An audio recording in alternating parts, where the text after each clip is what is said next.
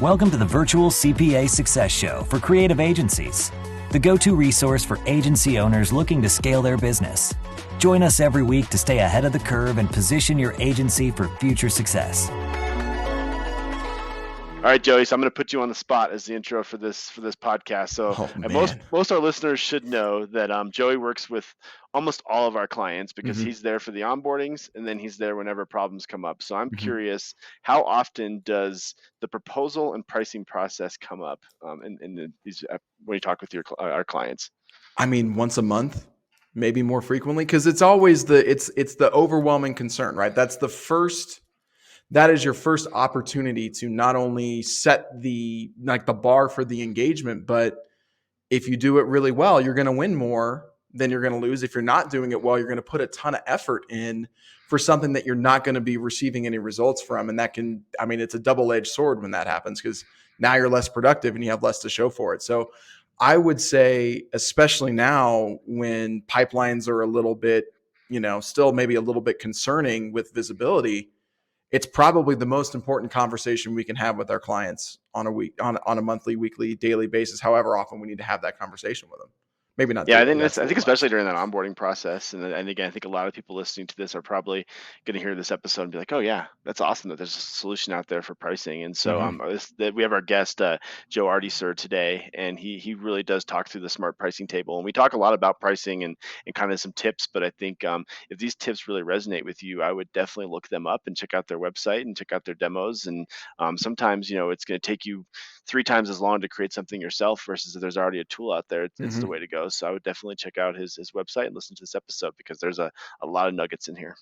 Yeah, and I want to highlight something you said, Jamie, towards the back third of the podcast where you were talking about, a lot of people think there's something to like, I'm going to do it myself. Like, if this isn't your jam, if this isn't something you feel super, super good about, our default lever that we pull is, let's find you a partner who does it really, really, really well. So I want everyone to kind of take a listen to that and see if you feel like you fit into this category.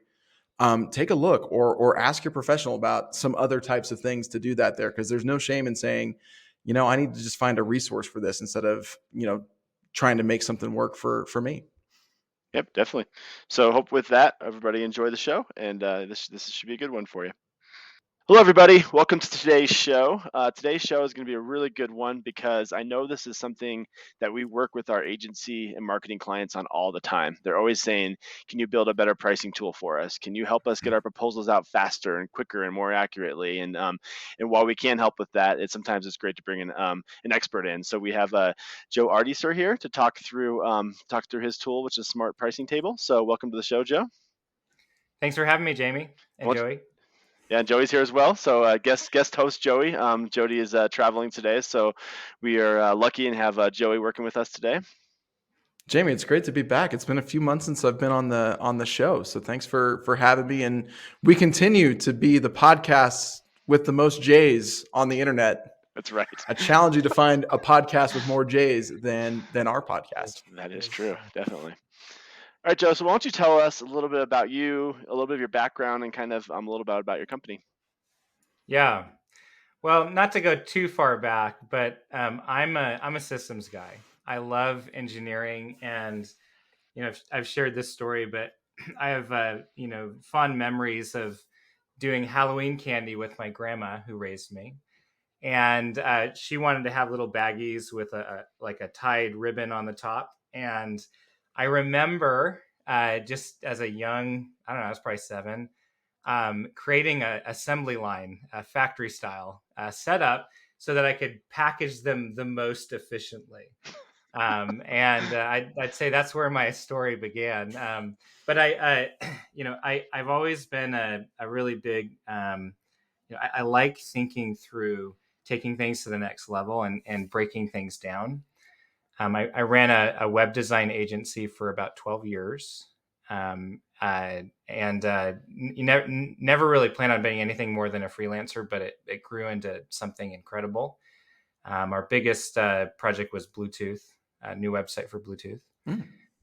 And then in the middle of that, I disdained writing proposals. I hated it. And so we created a solution that worked really well for us. Long story short, I decided to take that to the market about 2 years ago. And I'm an odd duck. I like proposals. I like scope of work, and I think about them a lot. So a quick question here, because it's kind of thinking about the proposal process and the various ways that, a lot of digital agencies in particular are what we call time and hour businesses, right? You've got a certain number of hours, you've got a certain number of dollars that you can charge for those hours, and that's the basis for your revenue, right? Right. What have you seen in terms of you making that switch from being in that kind of time and hour traditional dev type business to now in a business where you're effectively selling a product as well? How's that changed your scope and changed your mentality? It's changed a lot. I'm sure a lot of your digital agencies, a lot of your listeners, maybe they kind of peer around the curtain to see what it's like. And the truth is there's a lot of similarities. A lot of the skills that I learned at my agency over 12 years, I got to bring with me, but it's different.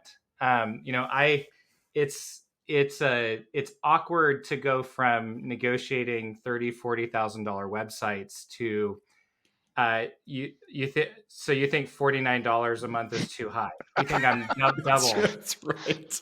Okay. How did I get on a Zoom? And it's with SaaS, it's all front loaded. It's very, very expensive to get going, and lots and lots of challenges. The life of a founder: excited, depressed, excited, depressed. But when you get over that hump, the stability is incredible. I remember agency life. My wife knows well the fiscal cliff, and increasing overhead, and so there's a lot of differences there. It's very, very fun, very hard at the beginning.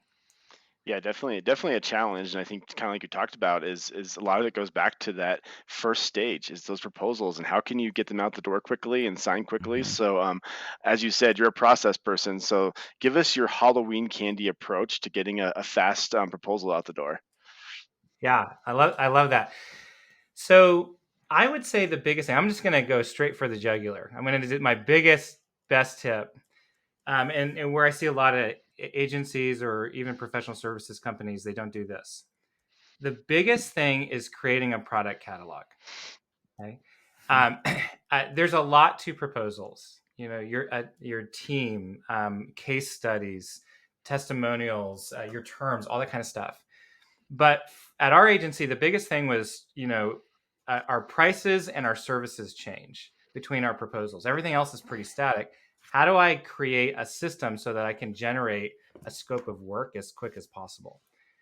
And the solution is creating a catalog, I believe. So a lot of, professional service providers, agencies don't think this way.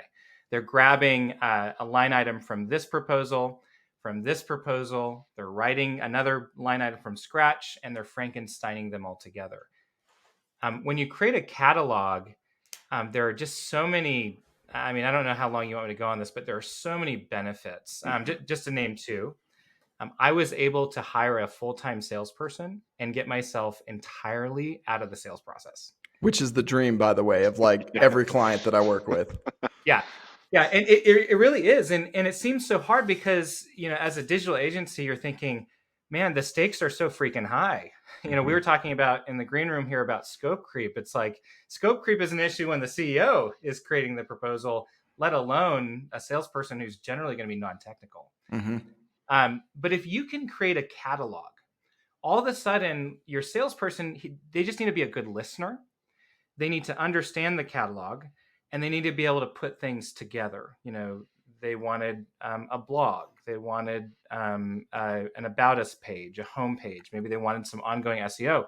And if they can just grab those line items that have been defined in a comprehensive way already, and then add them to a proposal, everything starts to change. It becomes you can break through to that next side in agency life. And I could tell you again, we're not an agency, but we are a service provider that has that exact sales process in place, right? So we have a very rudimentary spreadsheet that we could have built in a couple hours that we use to do our sales. And like you said, it has a catalog in there, and we have the conversations with our prospective clients. And within an hour of that call, people walk out knowing what their prices options are, A, B, C, D, and they walk out of it. And I can tell you from being on hundreds of those calls that it is such a difference maker. It is such a difference maker for people to walk out and know exactly what the pricing can be, what it's going to look like. And oftentimes it's like, oh, this is too expensive for us. And that's great. I'd rather come to that conclusion on day one than Right. 4 months from now in the sales process. Right. And so I think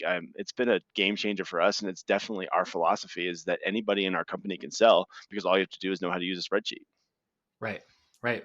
Yeah, and things come together so quickly. I remember at my agency, I would always tell my team, like, we've got to get back to people quickly, because 2-3 days of delay, because it takes you so long to create a scope of work or proposal, could be the difference between them engaging with one of your competitors and building a lot of rapport, right? Like they're loving it, and then you finally submit your proposal. It's kind of old news. Now you're going against the grain, and you're trying to you're on the defense a bit.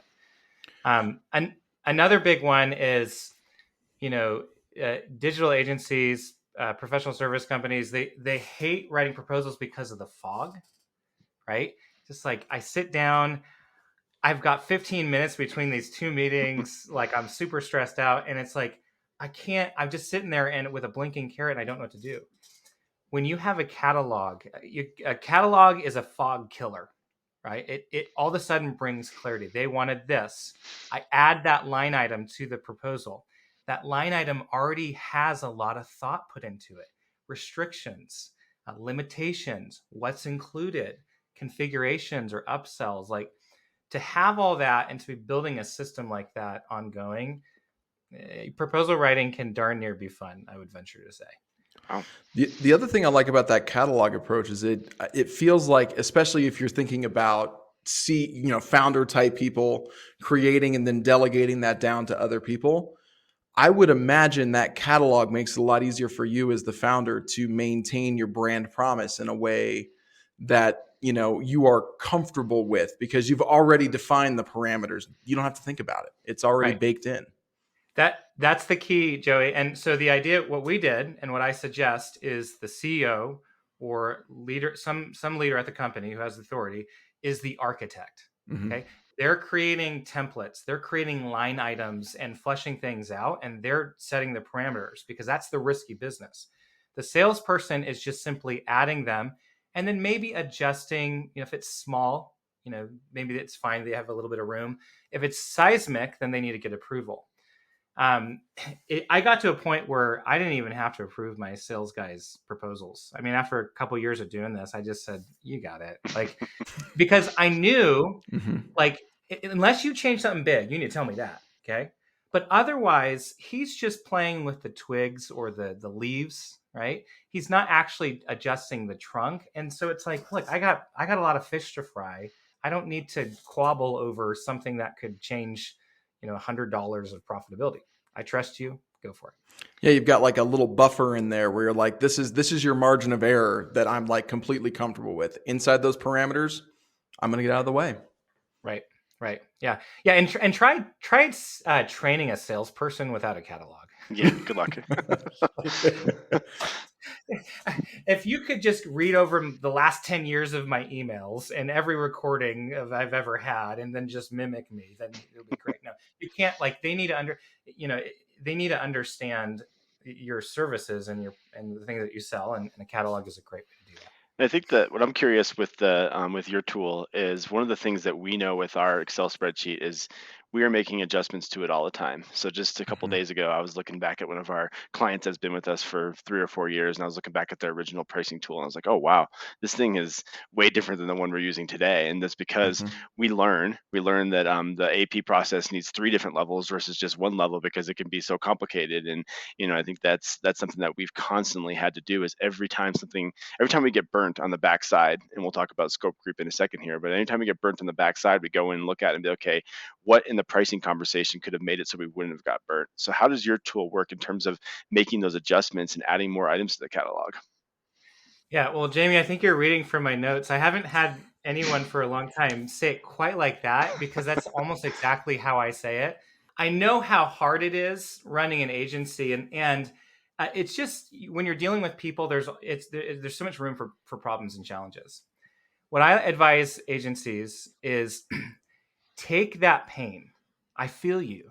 I'm there with you. Take that pain and channel that energy towards fixing your process so that can never happen again, or at least it's massively mitigated. And so, with a little bit of detail about my product, I don't like to talk about a ton on these podcasts, but Smart Pricing Table helps you create really solid scope of work documents and proposals. And part of how we do that is there's individual proposals, but there's templates and then line items as well.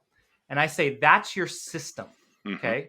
When you're creating proposals, you're executing. When you're working on your system, you're investing in your business. And so what I'd say, as an example, maybe you sell a blog and you sell it for $1,000 as a part of a website package. And you find out that you literally made like $25 an hour, which is agency minimum wage, right? You go back and you say, okay, where did we leave ourselves open here? Okay, maybe I need to clarify the layouts that are included and even specify what's not included. Or in our product, like on a blog line item, you could have upsells like author bio pages or related blog posts. And each of those have a little price and the customer can just click on them.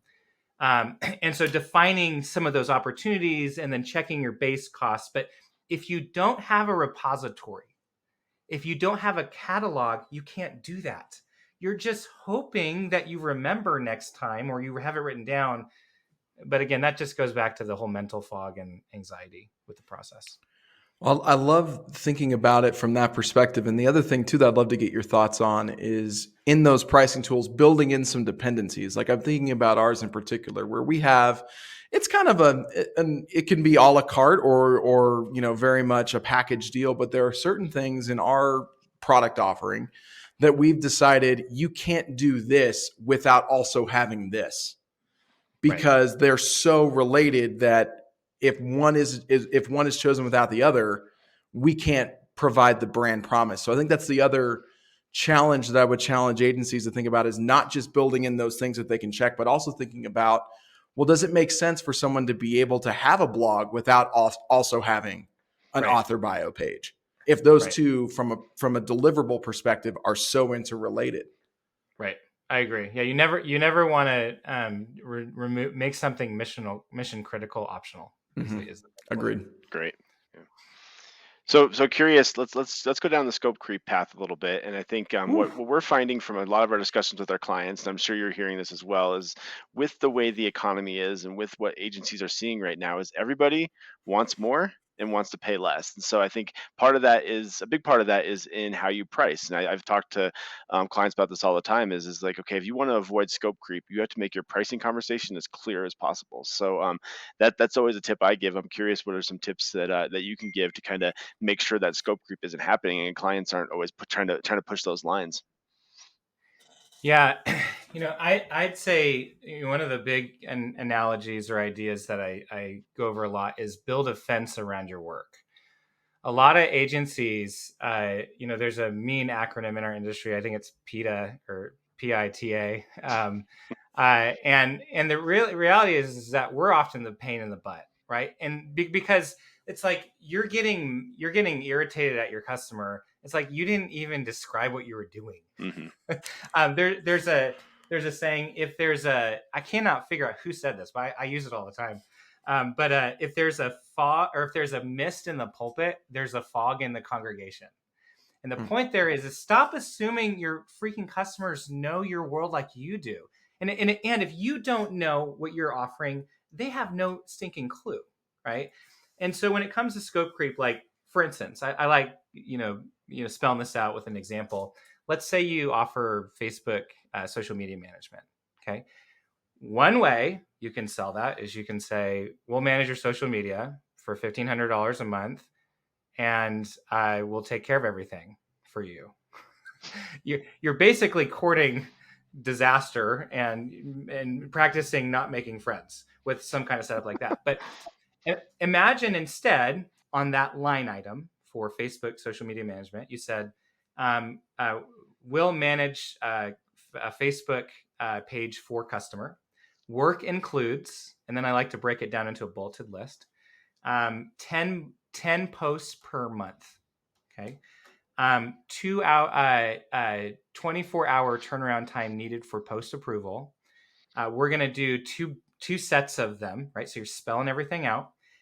And then does not include images, or at least does not include stock images. Like maybe we'll do some free ones or something like that. Okay. So what you've done there is you've built a fence around your work, and you have handles you can grab onto. And then what I like doing, and this is where Smart Pricing Table is just so different in the market, but I like doing things like, okay, do you want additional posts? That's a configuration inside the line item. So you can turn that on, and you can specify a quantity, and the agency owner can say it's $150 per additional post. Okay. Would you like stock images? That's an additional, $500 a month, like maybe like iStock high quality images. Well, what you've done there is you've provided clarity on the base offering, and the configurations make it clear when that something's not included if you didn't check it, right? And that's all part of the signed contract. So that goes, the scope of work goes with the terms, goes with everything else. And so they come to you and they say, actually, another one, I'd have an upsell on there for comment interactions. A lot of people who would engage in a service like that, they're not thinking about that.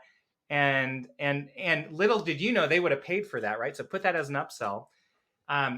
But if they're frustrated because they have all this work, you can point back to it and you say, I understand that, and we're happy to help with content or comment interactions, but it's just not included in our base cost. And you can see we offered you that and you didn't select it, right? And you diffuse it simply. But if you didn't talk about it at all, now all of a sudden you have a challenge.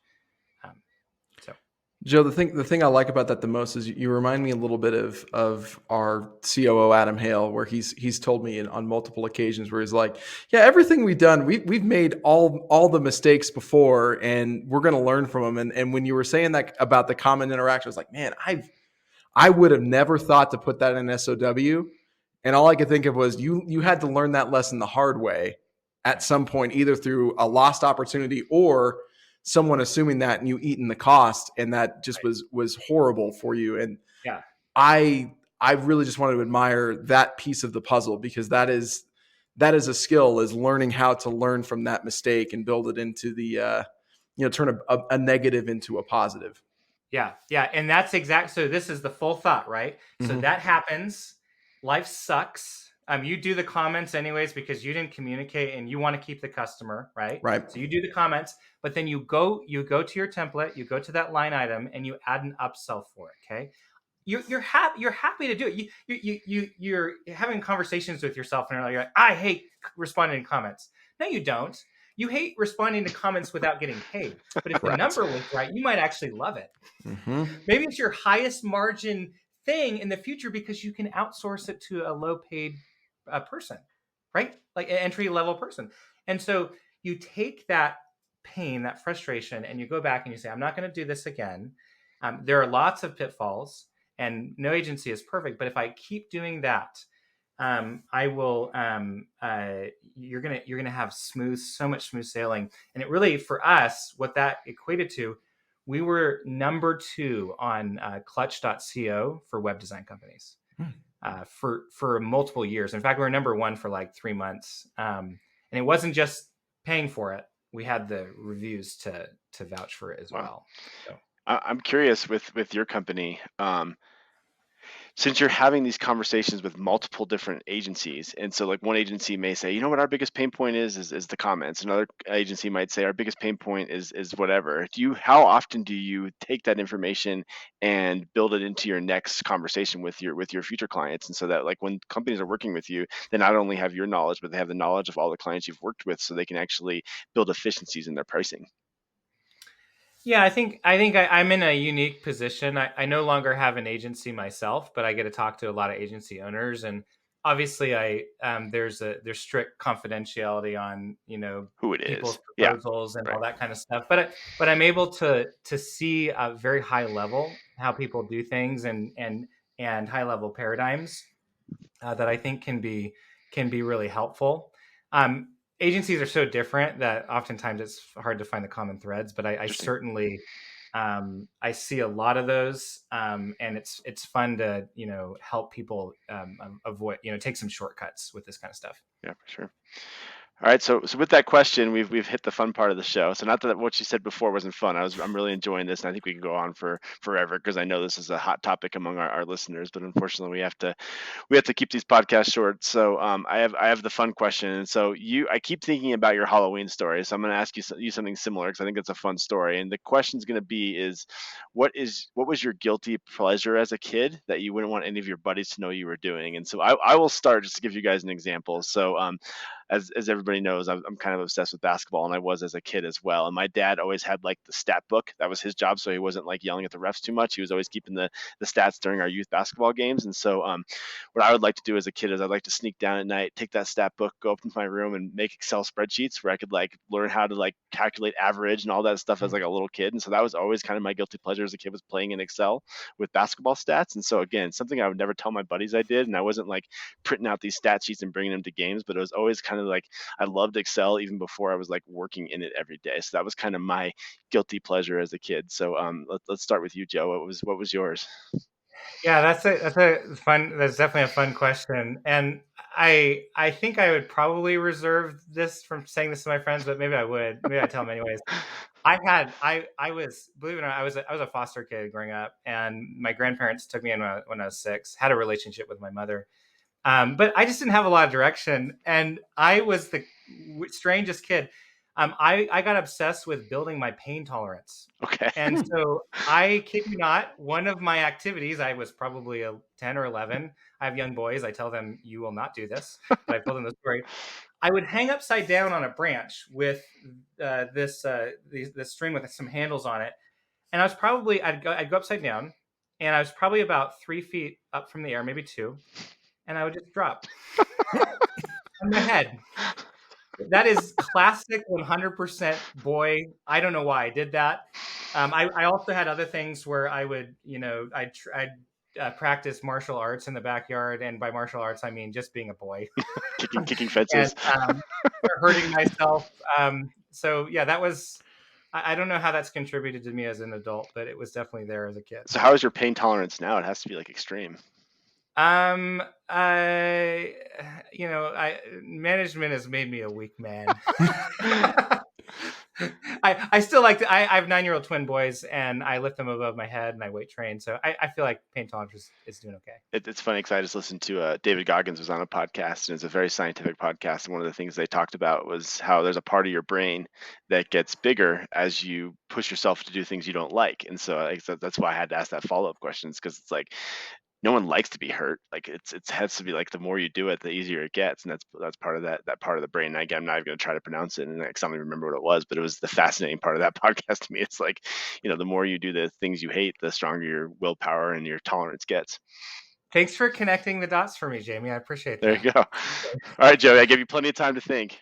Oh, I've got the answer for sure. So before I do that, I wanted to share something with the audience. So when I heard the comment about the Halloween candy, knowing how much you love Halloween, Jamie, I wrote down what I thought the topic was going to be.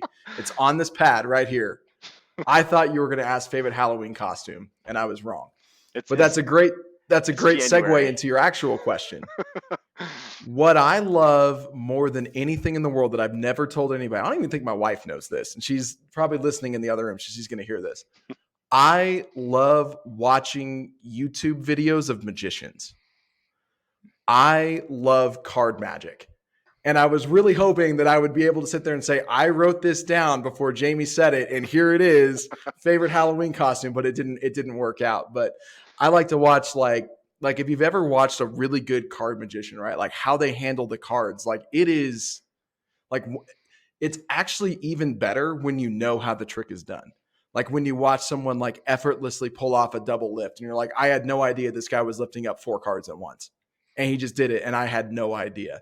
So I like to, when I'm stressed out at night or just need to stop thinking about accounting for a few hours, I'll just throw on some card magic on YouTube and watch dudes do magic tricks. So it's a lot of fun. Do you put it down to like 0.2 speed to try to figure out exactly how they're doing it? Is that the secret? No, I've picked up a few things.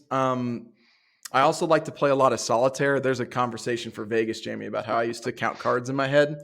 So like I can pick up on the patterns and start to see things moving around. But, you know, some of the things, there are some magicians where they will kind of teach you how to do some of those tricks and stuff online to show kind of how it's done. And there's about 10 or 15 basic techniques that, you know, I can't master, but like if you can do those 10 to 15 basic techniques, you can do 95% of all magic tricks, even the ones that David Blaine does. Mm-hmm. They're just a variation of one of those basic techniques. And, you know, there's some really, really interesting stuff about like false shuffles and how to do those types of things. And just a full disclosure to anybody who happens to go to Vegas or any other place, if you see a guy or girl shuffle their cards with their hands and not actually use the table, where they just like do a shuffle in midair, don't play poker with that person, because that person's going to take all your money.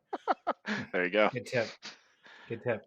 All right, so now to the final section here. So let's talk through our final thoughts. Again, I know I definitely have one based on this podcast, and like I said, I think we could have gone forever. But Joe, why don't you give us your final thoughts, and then also let people know how they can get a hold of you.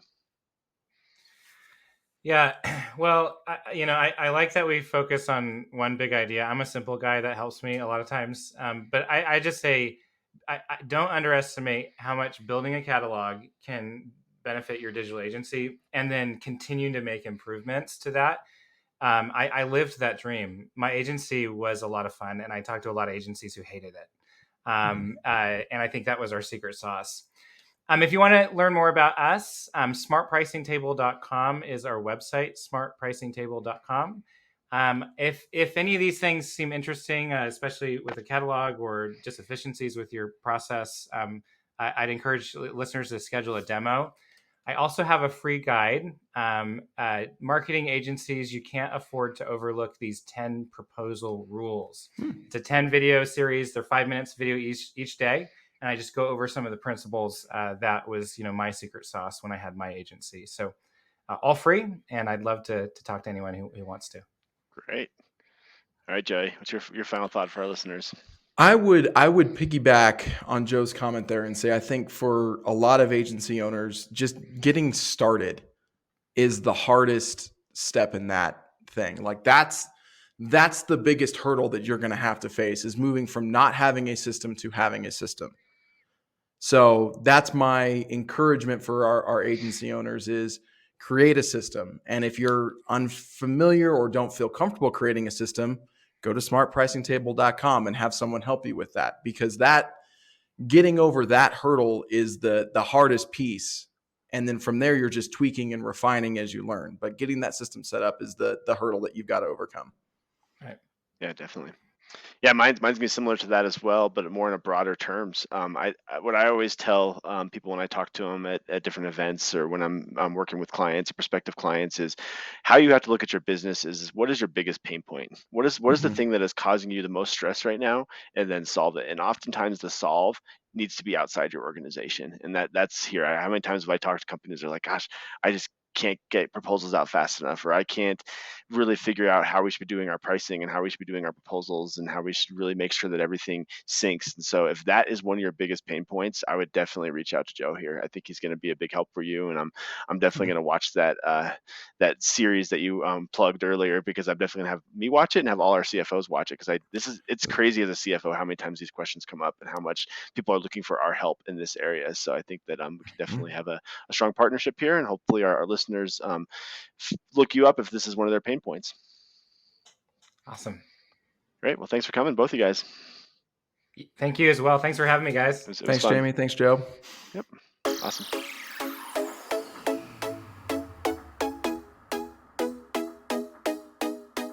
Enjoy this podcast? Visit our website, summitcpa.net, to get more tips and strategy for achieving business success. We're here to be a resource in this ever-changing industry.